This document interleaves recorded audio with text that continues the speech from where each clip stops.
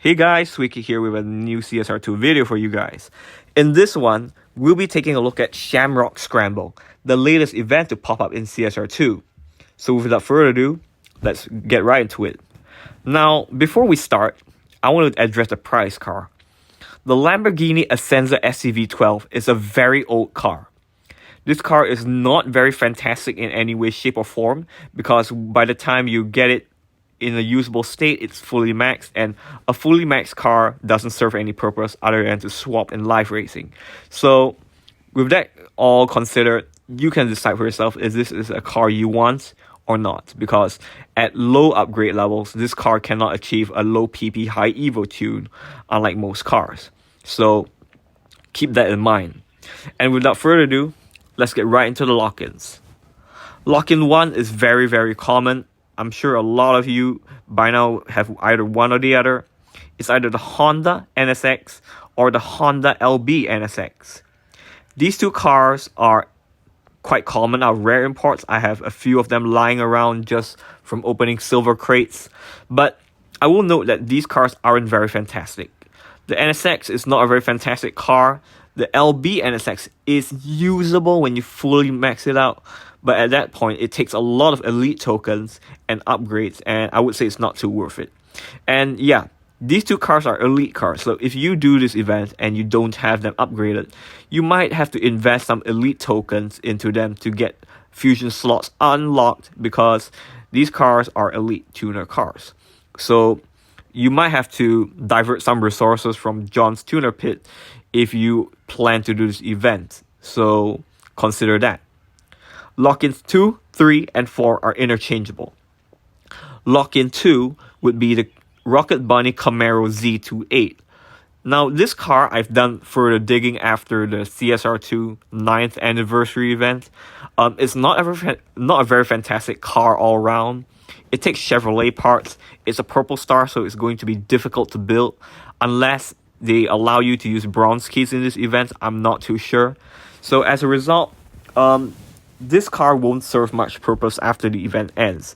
If you have it upgraded from the past events already, good for you. But for me, I'm not going to touch this event because I'm not a fan of the Camaro Z28.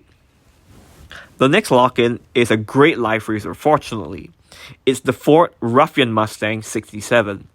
Now, this car recently came back in one of the recent American road trips. It was a showdown prize car, but if you didn't get to 1,400 trophies, you would have to pay to get this car, which I did because I couldn't get to 1,400 trophies. So as a result, that's how I got this car. And this car is a very good live racer. It runs on Ford parts, which is a plus. Very easy to drive because you have to needle drop launch and then you just shift normally the rest of the way, and it just needs stage 6 transmission and stage 6 body to excel.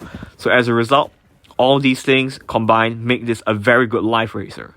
Of course, the only downside is that this is a purple star car, so upgrading it could be a problem if you want to target stage 6 parts. But if you have the race pass, you could easily just throw on a universal to get a transmission and body on this car, and you'll be good to go, and it'll serve you very well in live races. If you refer to my tier list, I would easily put the Ruffian Mustang 67 in either tier S, maybe tier S+, because this thing is a great car all around. Ford, easy to drive. It was free if you could get to 1,400 in Showdown, and of course, it's very easy to drive all around. You get what I mean. Easy car to upgrade because it's a Ford, except for stage 6s, which could be a problem. But all things said and done, I would say great life racer. Do get this car if you don't have it yet. It's another nice car to add to your fleet and very well worth it even if you have to pay for it. The final lock-in is a recent season prize car, the BMW M3 CS Touring. Unfortunately, I haven't been able to find anybody who has posted some data on this car. So as a result, I cannot give you an impression of this car if it's good in live racing or not.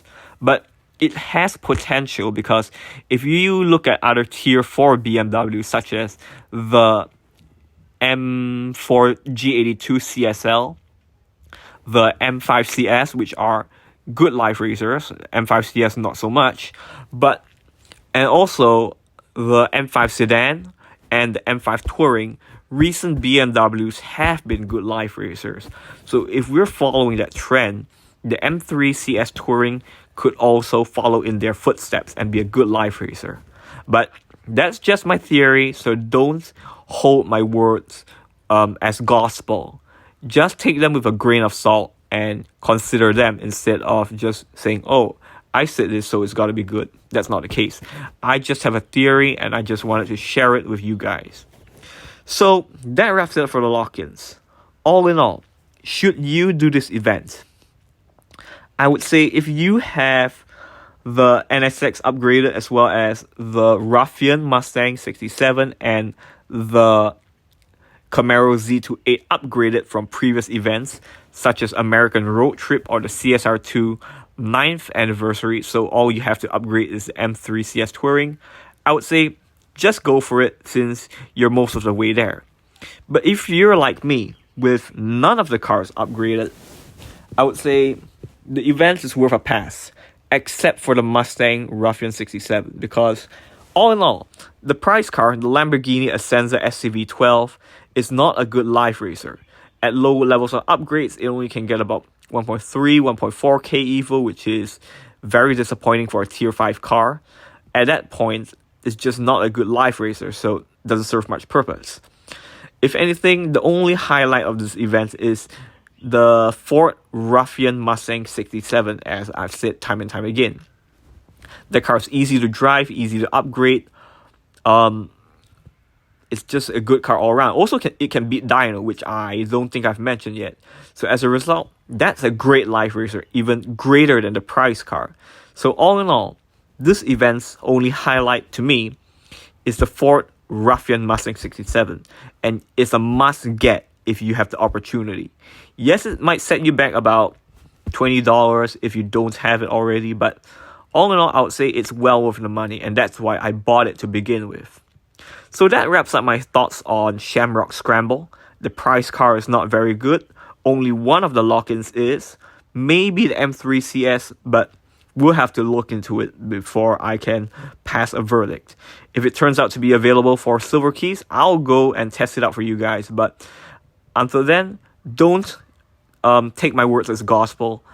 Just assume that it's not going to be a good life race until I can prove otherwise. With that said, thank you so much for watching. Take very good care of yourselves, and I'll see you in my next video.